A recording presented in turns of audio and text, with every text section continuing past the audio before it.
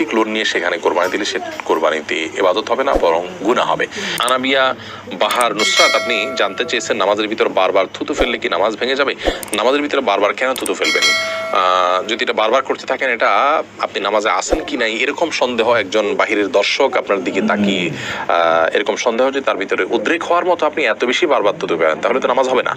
আর যদি এরকম না হয় তাহলে এটা নামাজের হয়তো আপনি মাঝে মধ্যে ফেললেন, কিন্তু নামাজের যে ভঙ্গিমা আছে সেটার মধ্যেই থেকে ফেললেন, তাহলে আপনার নামাজ হয়ে যাবে, কিন্তু তাতেও নামাজের অঙ্গহানি হবে, মান নষ্ট হবে।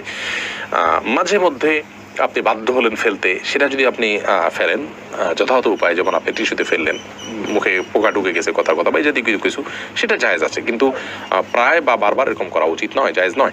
হাসিবুল হোসেন জানতে চেয়েছেন গোসল করার পর পুনরায় উজু করার প্রয়োজনীয়তা আছে কিনা? না, গোসল যদি সুন্নাহসম্মত করে থাকেন আলাদা উজু করার কোনো প্রয়োজন নয়। 2 হাতের কবজি ধুয়ে কুলি করে নাকে পানি দিয়ে মুখ ধুয়ে হাত ধুয়ে